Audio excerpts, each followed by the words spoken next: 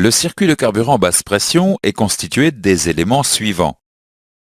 Un réservoir, un filtre et une pompe basse pression.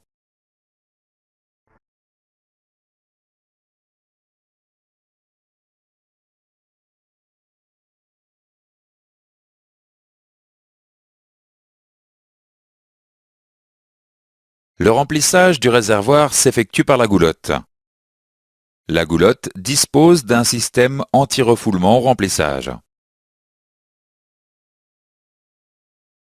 Le réservoir dispose d'autres systèmes anti-pollution et de sécurité. Cliquez sur le clapet de mise à l'air libre.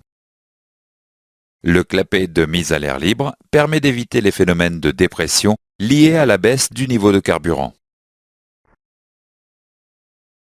Cliquez sur le clapet anti-fuite en cas de retournement. En cas de retournement, un clapet obstrue la mise à l'air libre afin d'éviter les fuites de carburant.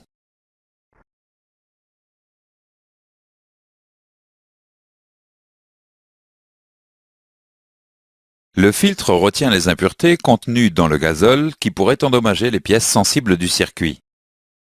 Le remplacement du filtre s'effectue par échange de la cartouche filtrante en ouvrant le boîtier ou en remplaçant le boîtier complet.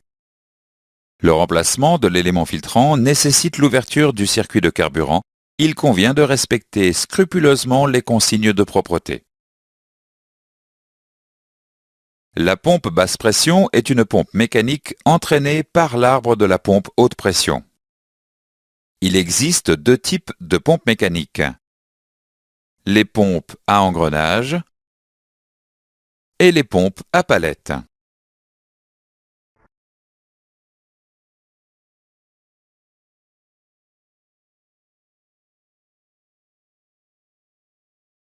L'eau contenue dans le gazole peut causer des dommages à la pompe et aux injecteurs. Le boîtier filtre permet de récupérer l'eau contenue dans le gazole. En effet, l'eau étant plus lourde que le gazole, elle s'accumule dans la partie basse du boîtier filtre. Une vis de purge permet de vider l'eau lors de l'entretien périodique. Certains systèmes sont équipés d'un capteur de présence d'eau sur le boîtier filtre.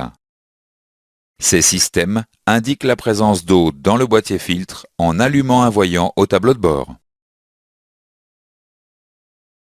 Afin d'éviter le colmatage du filtre lors de températures négatives, il est nécessaire de réchauffer le gazole. Le réchauffage du carburant peut être assuré par la présence d'une résistance électrique sur le boîtier filtre. L'alimentation électrique se fait à travers un thermocontact. Cliquez sur le thermomètre pour abaisser la température. Si la température est négative, le thermocontact est fermé et les résistances chauffent le gazole. Dès que la température devient positive, le thermocontact s'ouvre et l'alimentation est coupée. Le réchauffage du carburant peut également être assuré par le bouclage du circuit de retour. En effet, le carburant provenant du retour a subi une élévation de température due au frottement mécanique lors de la mise en pression. Un élément thermostatique oriente le carburant provenant du retour vers deux circuits. Cliquez sur le thermomètre pour abaisser la température. Si la température est négative, le carburant est orienté vers l'entrée du filtre. Si la température est positive, le carburant retourne vers le réservoir. Certains véhicules utilisent un circuit de refroidissement du carburant afin d'éviter sa surchauffe. Le circuit de retour de carburant vers le réservoir se caractérise par la présence d'un serpentin situé sous le véhicule. Le serpentin, soumis au flux d'air en roulage, permet d'abaisser la température du gazole.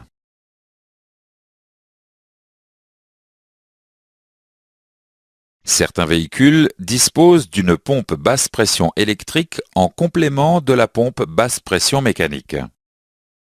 La pompe électrique fonctionne alors uniquement sous contact afin d'amorcer la pompe mécanique et de faciliter les démarrages.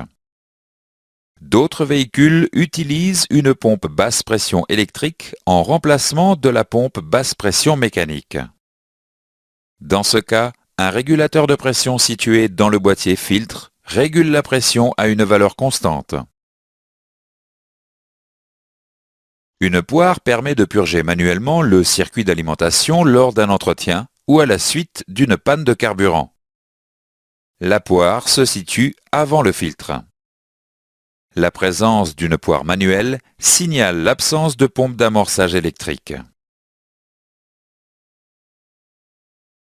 Faisons maintenant quelques exercices avant de continuer. Quel est le nom de chaque élément?